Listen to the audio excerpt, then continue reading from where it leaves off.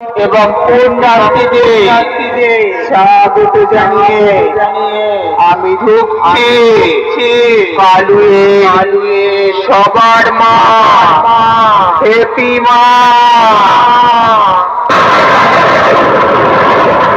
আমি আকাশ ছোঁয়া দুরন্ত সুনামি মহাশক্তি রূপিণী, আমার তেজস্ব শক্তি স্তব্ধ করে দেয় পৃথিবী।